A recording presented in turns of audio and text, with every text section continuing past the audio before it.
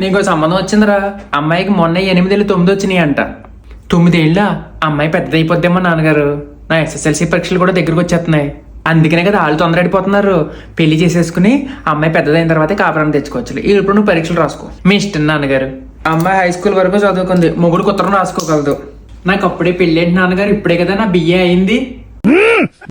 మీ ఇష్టం నాన్నగారు. 12 కొంచాలు పొలం ఇచ్చి వాళ్ళే ఉద్యోగం వేయిస్తారంట.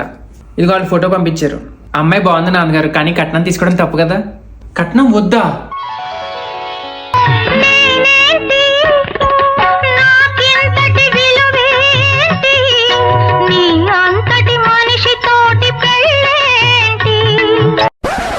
ఫోటో చూసి ఎర్రెత్తిపోతున్నాడు చూసేవాడు.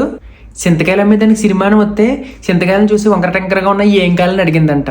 అలాగే 4 ముక్కలు చదివేసరికి ఇటు పొగరు బలిసిపోయింది. నోరు మూసుకుని చెప్పిన సంబంధం చేసుకో. మీ ఇష్టం నాన్నగారు. నీకు సంబంధం వచ్చిందిరా.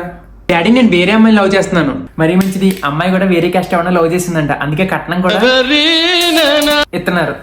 గంటకు తగ్గ బొంతల్లాగా జీవితాంతం అన్సాటిస్ఫైడ్ గా కొట్టుకుని చావండి. కానీ నాన్నగారు నేను మీ ఇష్టం నాన్నగారు. ఒరే వాట్సాప్ లో ఫోటో పంపించాను చూసావా? అప్పుడే పెళ్ళొద్దు డాడీ, కొన్నాళ్ళు ఎంజాయ్. అమ్మాయి ఫారెన్ లో ఉంటుందంట. కట్నం కూడా మనం అడిగినంత ఇస్తారంట.